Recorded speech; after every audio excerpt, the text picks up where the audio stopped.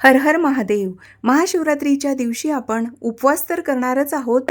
महाशिवरात्री 2026 15 फेब्रुवारीला आपला उपवास असणार आहे आणि पारणं 16 तारखेला करणार आहोत. तर त्याचा जो निषिद्ध काल असतो म्हणजेच विशेष असा फलदायी पुण्यकारक अशी जी वेळ असते त्या वेळेत आपण पूजा केली तर त्याचं अनंतपटीने पुण्यफळ आपल्याला प्राप्त होत असतं. म्हणूनच प्रहरमध्ये जरूर पूजा करा. इतर कोणत्याही वेळेला तुम्ही पूजा केली दिवसभरात तरीही चालू शकतं, पण विशेष काळाचं विशेष महत्त्व असतं. तर 15 फेब्रुवारी या दिवशी महाशिवरात्रीला निषिद्ध काळाचा जी वेळ आहे तर ती आहे 12:28 ते 1:18 जो काळ आहे, जी वेळ आहे, तर हा निषिद्ध काळ आहे. आणि ह्या वेळेत तुम्ही जी काही अनुष्ठान करतील किंवा जे काही नामजप करतील तर ते लवकर सिद्ध होण्यास मदत होत असते. त्यानंतर की उपवास आपण कोणत्या दिवशी करणार आहोत 15 तारखेला आणि त्याचं पारणं 16 फेब्रुवारीला. तर पारणाची जी वेळ आहे तर 16 फेब्रुवारीला सकाळी 7:06 ते 3:45 तुम्ही पारणं करू शकतात. त्यानंतर महाशिवरात्रीचं प्रहर जे 4 प्रहर असतात त्याचं महत्त्व असतं. पहिला प्रहरची वेळ आहे 6:37. दुसरी प्रहर आहे 9:45.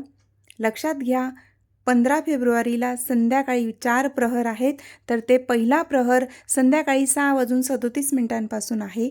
दुसरी प्रहर 15 फेब्रुवारीला रात्री 9:45 आहे, तेव्हा दुसरी प्रहर आहे. दुसऱ्या प्रहराची पूजा तुम्ही करू शकतात. तिसऱ्या प्रहराची पूजा तुम्ही 15 फेब्रुवारीला रात्री 12:53 तुम्ही पूजा करू शकतात. त्यानंतर 15 फेब्रुवारीला रात्री म्हणजेच 16 तारखेची पहाट चौथी प्रहर आहे 4 वाजता, तर 4 वाजता तुम्ही पूजा करू शकतात.